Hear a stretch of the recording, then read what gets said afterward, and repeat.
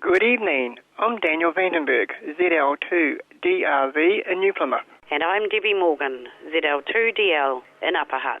And I'm Stephen McNeill, ZL4HG from Christchurch. And I'm Jim Meacham, ZL2BHF in Nelson. And together we bring you the NZART official broadcast for March 2024. Good evening everyone and welcome to tonight's broadcast. Leading tonight's lineup, presidential comment. Here's our NZART President, Daniel Vandenburg, ZL2DRV. Kia ora and Pomada Day. Happy Easter. It's hard to believe how fast this year seems to be going. Conference 2024 is almost upon us. Registrations are now live online at hamradio.org.nz via the registration link. Council has been notified that the use of Zoom at the venue is not practicable for various reasons.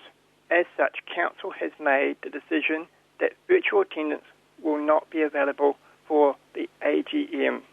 If you had planned to attend via virtual attendance, our apologies for this not being able to happen. I would like to welcome Sarah Morrow to HQ. Sarah started on March 4th and is settling in well. Please make her feel welcome. On the call book, I am almost finished creating call book, just working on the last 1,000 call signs. As you have heard me say over the past few months, this version of call book will be the most up-to-date. To help make this happen, if anyone knows of any keys that have become silent since November, please let me know so we can verify that they are no longer listed in call book. Council has approved a subcommittee to get digital break-in online, and this work will start soon. While this will not be complete before conference, we will keep you updated as work progresses. That's it from me. Back to you, Jim. Thank you, Daniel. NZART President Daniel Vandenburg, ZL2DRV. This news tonight from Mark, ZL3AB. The ZL Sprints have been renamed the ZL3NB Memorial Sprints for April in honour of Bill Carney, ZL3NB, Silent Key, who was a good friend and regular participant in the sprints. Held on Tuesday nights in April at 8 p.m, get prepared for 5 rounds of fun and frivolities, and some contesting. The format is the same as in previous years. 30 minutes of CW followed by 30 minutes of SSB on 80 metres with an exchange of RST. Always 599 or 5NN in CW and your outside temperature. Work as many stations as you can in one or both periods, once on each mode. Now this is a great chance to give CW a go, as this is a laid-back activity with a stylised exchange and speeds around 15 to 18 words per minute. Operators will slow down to your speed. More fun than winning a gold medal at the World Indoor Athletic Champs. Now the rules are on the NZART webpage, www.nzart.org.nz. Look under the Activities tab for contests, then ZL Sprints. And that information for the ZL3NB Memorial Sprints for April from Mark, ZL3AB. To Upper Hutt we go now and join our NZART Business Manager, Debby Morgan, ZL2DL. Kia ora, Jim. Ngā mihi o te aranga katoa. Easter greetings, everyone. Sarah Jane Morrow commenced working as the new NZART Administration Assistant at the beginning of March. It's been a steep learning curve for her, as like me, Sarah had no background in any radio-related matters. So for now, it's almost overwhelming, piecing all the different areas together. Rest assured, however, Sarah has a quick mind and has already seen some areas going forward that could be improved to streamline tasks. Please, if you are contacting headquarters, can you include Sarah's email address, admin@nzart.org.nz, to make sure she receives the same information that I do. This includes all branch newsletters, as Sarah has also undertaken the task of creating headquarters info line. Sarah will be attending the conference at King's Birthday weekend, so it's a great opportunity for you all to introduce yourselves to her. While talking about conference weekend, If you are considering nominating anyone for the NZART Awards, can you please let me know ASAP? The close-off date for nominations is 1 May 2024. Newsletters will be emailed to branch secretaries in April. This newsletter will include the NZART members in your branch who are eligible to vote on the remits as published in the March-April break-in. Please check the NZART web page branch listings to make sure I have the correct contact details for your branch. That's all from me, Jim. Tu tika manakitanga. Do the right thing and look after each other. Thank you, Debby. Debby Morgan, ZL2DL, NZART's Business Manager. Conference 2024 news now from the conference publicity organiser, Roger Corbett, ZL3RC. NZART Conference 2024 registrations are now open for King's Birthday weekend, the 1st and 2nd of June.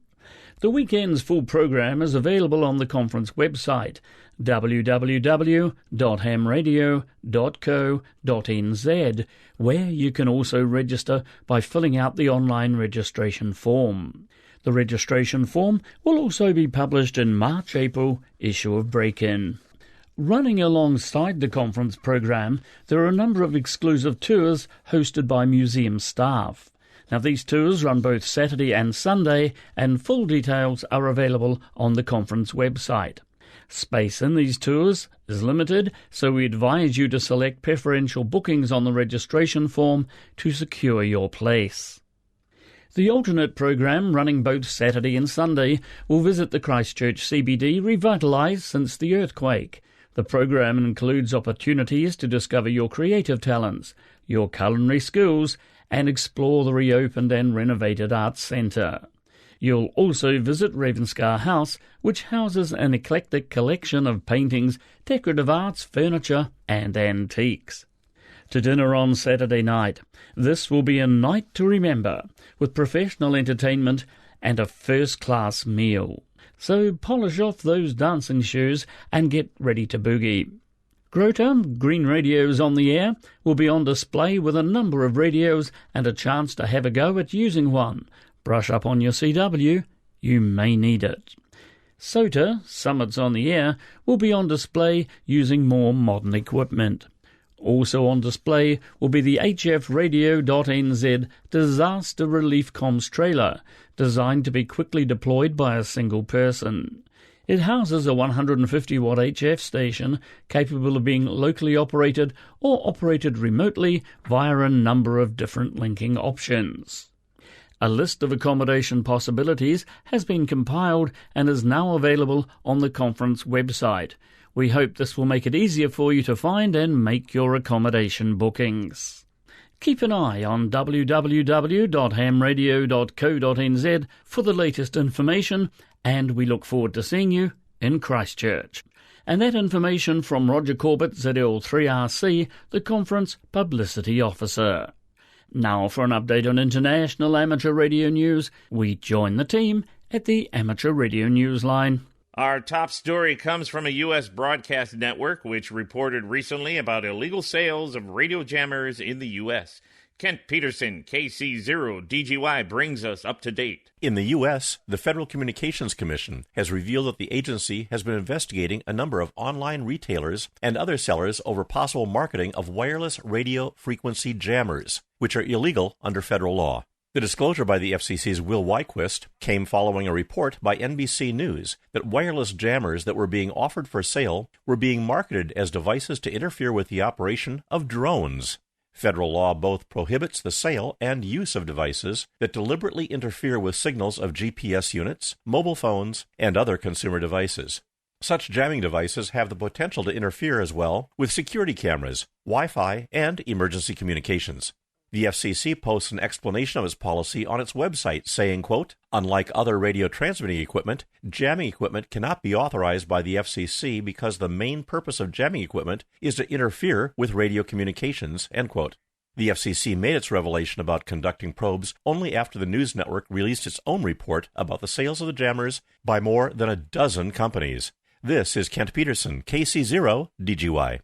The Parks on the Air program had a welcome announcement recently for fans of portable operation. Jim Meechan, ZL2BHF, shares this development. There's good news for POTA hunters, as POTA completes its conversion of labels to conform to the ISO-3166-2 standard. China has returned to participating in Parks on the Air. China's re-entry follows a number of discussions to resolve what POTA described as simple language barriers. According to documentation on the POTA website, the misunderstanding over POTA's reorganisation of its code system resulted in an unfortunate breakdown in communications because of these language issues. On Monday, March 25th, POTA announced on its website, quote, "We are happy to be able to reactivate China so quickly," end quote. This is Jim Meechan, ZL2BHF. What are you doing on April 18th? There is something to celebrate, as Graham Kemp, VK4BB, tells us. 25 countries formed the International Amateur Radio Union in Paris in 1925. There are now 3 regions across the world and 160 member societies. World Amateur Radio Day is being marked April 18, and this year's celebration has been given a theme in anticipation of the IRU reaching its centenary next year. Organisers are calling it A Century of Connections, celebrating 100 years of amateur radio innovation, community and advocacy. The name acknowledges that ham radio became popular even before the IARU was created as an advocate for ham's roles in global communication and to defend amateur frequency allocations. On April 18, be listening for amateurs across Canada operating official stations ending in the suffix RAC for Radio Amateurs of Canada. A more expanded on-air celebration is planned in Greece, where the Radio Amateur Association of Greece will be using call sign Sierra Zulu 0 WARD to mark the occasion from April 15 to the 30th. Be listening around for other organisations in other nations and regions as they join the global celebration. This is Graham Kemp, VK4BB. For now, with Karen Eve Murray, KD2GUT at the news desk in New York, and our news team worldwide, I'm Stephen Kinford, N8WB in Wadsworth, Ohio, saying 73. As always, we thank you for listening. Amateur Radio Newsline is copyright 2024, all rights reserved. And as always, we say thank you to Newsline for the use of their copyright material. Advice tonight from the Nelson Amateur Radio Club Branch 26 concerning Westfest 24 to be held in Murchison. Please note the date change. It will be held on the 7th and the 8th of September. The 7th and the 8th of September. Westfest will commence at 10 a.m. on the Saturday 7th and conclude around 12:30 p.m. on Sunday the 8th. Now, the organisers are looking for 9 to 10 presenters to cover their favourite topics. Presentations should ideally take up to, say, 50 minutes. Please give some thought to this call-out, and if you'd like to participate, please contact Stuart Robinson, ZL2STR, email strobnz@gmail.com to discuss the finer details.